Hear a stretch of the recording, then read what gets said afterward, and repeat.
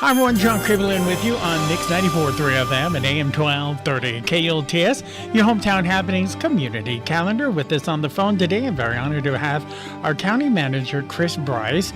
And Chris, you were telling me before we've been on the air that the New Mexico Senate has given some money for behavioral health, a listening area, and also maybe a 3-day event coming up at the end of March. What can you tell us about that, and how did this come to be?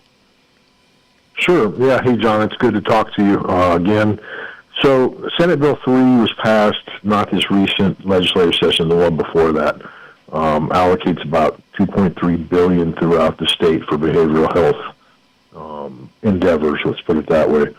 So they've broken down the state into regions. Our particular region is Grant County, Hidalgo County, and Luna County, which we had already started doing a lot of work actually between the three county managers in the behavioral health area and some other areas, just because we all recognize the fact that no one county has all the money, to do all of the things that need to be done, certainly with behavioral health and medical. So we kind of wanted each county to focus on a piece of it and do that really well without duplicating efforts and wasting our money. Well, then this $2.3 billion comes out, and thankfully we had done a tremendous amount of this work already as far as identifying what strengths we have in our communities as far as, wraparound care and all this other stuff that goes with housing, things that go with behavioral health and homelessness and recidivism in the jails. So we were well poised. So Luna County was selected as the lead agency for the three counties for this region. We got a $60,000 grant initially to start the process. We're waiting on word on another $220,000 grant. But what we're doing right now, we're doing listening sessions in each community, which is either in person or you can do it online. Essentially, that's getting community input on what they feel like our behavioral health needs are. We'll have a lot of providers on there, and other people. And this is going to culminate in the one you talked about at the end of March, which is a 3-day workshop where we get everybody together here in Luna County at the Learning Center, and we come up with a focused plan on how we want to address behavioral health issues within the Tri-County area. And then we'll go after our portion of that $2.3 billion. So it's a long process. I've seen you, I'm sure you remember from the detention days, and I remember from when I was warden, you get a lot of promises, this is going to fix behavioral health, and the jail's not going to be the behavioral health center anymore. We're really going to fix it this time, and these grants come and go, and nothing ever happens. I don't think that's going to happen this time. It sounds like the state's pretty serious on figuring out exactly how to divert these people prior to jail, and if they do end up in jail or justice involved, how to really treat them when they get out. That's my hope, and not have them continue this circle of, jail. We clean them up, we get them on meds, get them straightened out, and then we get them out of jail, and nobody's there to, help these people and get to their doctor's appointments and stay on their meds.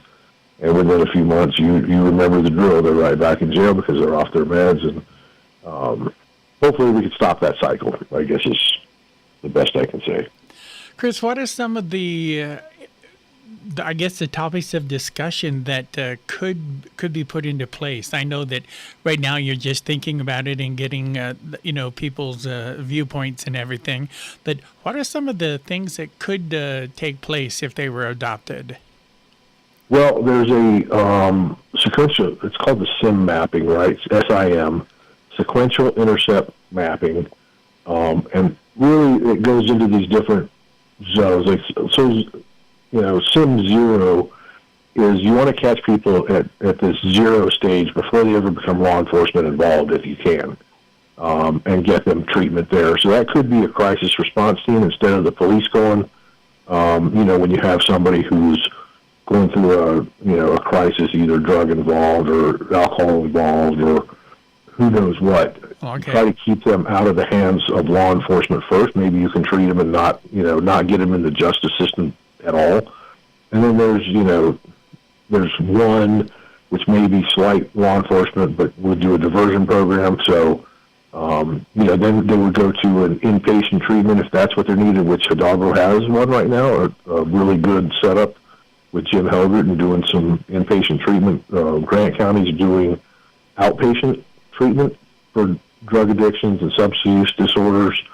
We were looking, as the county, looking to do the housing part here, like the temporary housing. Yes. City and county are looking at going in on that. So there's multiple factors to this, right? And some of that is, MAT treatment, the methadone-assisted treatment, is where they're treated with a Suboxone or something like that. That's a substitute for some of these harder drugs and helps them get off. There's a lot to it. I recently spoke to the director of Silver Linings here in Deming, and she was telling me that they're doing that is their mission, to do something like that and to expand. And I also talked to Aaron about the old Balboa Motel and Restaurant, and that thing. I think probably it's probably better just to tear it down than to. Try to convert it into housing because of all the asbestos and everything you can just imagine in there. So that is some of the things that we can work on. Again, nothing has, from what I understand, nothing is set in stone yet. We're just trying to get the ideas together. And I tell you what, I think it is an expense that the New Mexico Legislature has set aside for this, but. Yes, as you mentioned, I am very much aware of the problems that our mental health and homeless people have here in Deming and Luna County, and so any help we can get to hopefully get on the right path, I think, is a good thing. Final thoughts, Chris, before I let you get on your way today with this, because we will be doing news stories about this, the 3-day session. We're going to be doing news stories and I guess some advertising and stuff, so our listeners will be able to get more information. And indeed, thank you once again, Chris. For your hometown happenings, I'm John Krehbiel from Mix 94.3 FM, KDEM, and AM 1230 KOTS, part of the Bravo Mike Communications family of radio stations.